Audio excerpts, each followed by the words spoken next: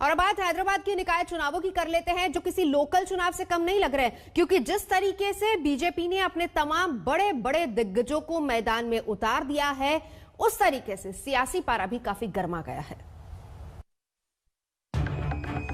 अब की बार कौन जीतेगा हैदराबाद का निकाय चुनाव?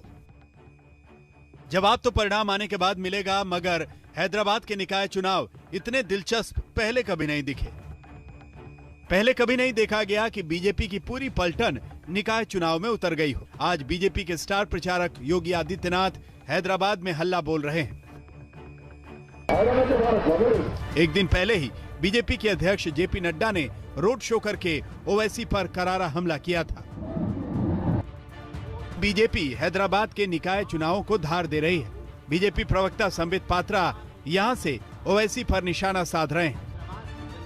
ओवैसी जी जिस प्रकार कह रहे थे कि अगर मेरे गर्दन पे छुरा भी रख दोगे तब भी मैं भारत माता का नाम नहीं लूंगा। उनके जो विधायक हैं जो बिहार में चुने गए, उन्होंने कहा हम हिंदुस्तान शब्द का प्रयोग नहीं करेंगे।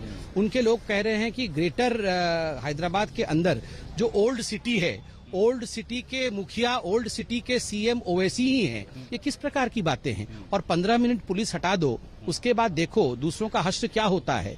ये सब किसने कहा था? हम हिंदू मुस्लिम में विश्वास नहीं करते हैं, हम सबका साथ, सबका विश्वास और सबके विकास में विश्वास करते हैं। हालांकि संबित पात्रा ने आज तक के कार्यक्रम टक्कर में भी ओवैसी पर ऐसा ही तीखा हमला बोला था। तब ओवैसी ने मोदी को अपना पीएम मानने से इनकार कर दिया था। मेरे प्राइम मिनिस्टर मोदी हैं, तो ओवैसी जी के प्राइम मिनिस्टर कौन है? मुल्क के प्राइम मिनिस्टर। चलिए नहीं अभी भी नहीं, ना ना ना ना ना ना मुल्क के प्राइम मिनिस्टर, ना ना ना आपके मुल्क के नहीं, आपके मुल्क के। आप बोलेंगे आज कि मेरे मुल्क के मेरे प्राइम मिनिस्टर, बोल के दिखाइए। नहीं बोलेंगे। क्यों नहीं बोलेंगे? नहीं बोलेंगे। क्यों नहीं बोलेंगे? क्यों नहीं बोलेंगे?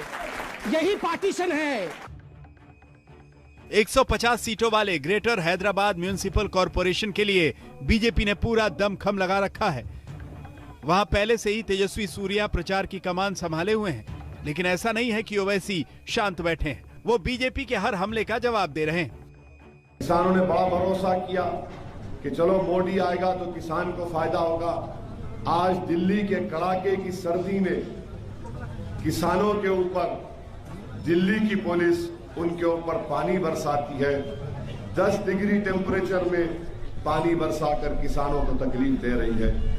हर महाज पर यह हुकूमत नाकाम साबित हुई है बीजेपी की। ओवैसी तो हमला बोल ही रहे हैं, मगर उनके भाई अकबरुद्दीन ओवैसी भी अपने ही अंदाज में मोदी और योगी पर हमले कर रहे हैं।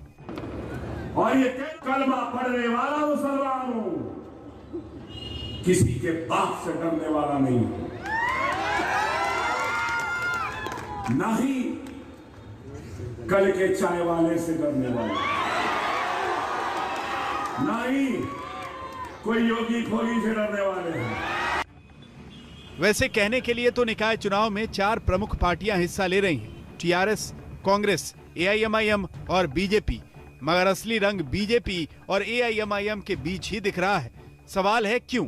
बिहार में एआईएमआईएम एनडीए गठबंधन का स्पीकर चुनने में सहयोग देती है, तो फिर यहां तल्खी क्यों है? जवाब के तौर पर यूं मानिए कि बीजेपी को लगता है कि कर्नाटक के बाद तेलंगाना ही वो राज्य है जहां वो अपनी पैठ बना सकती है।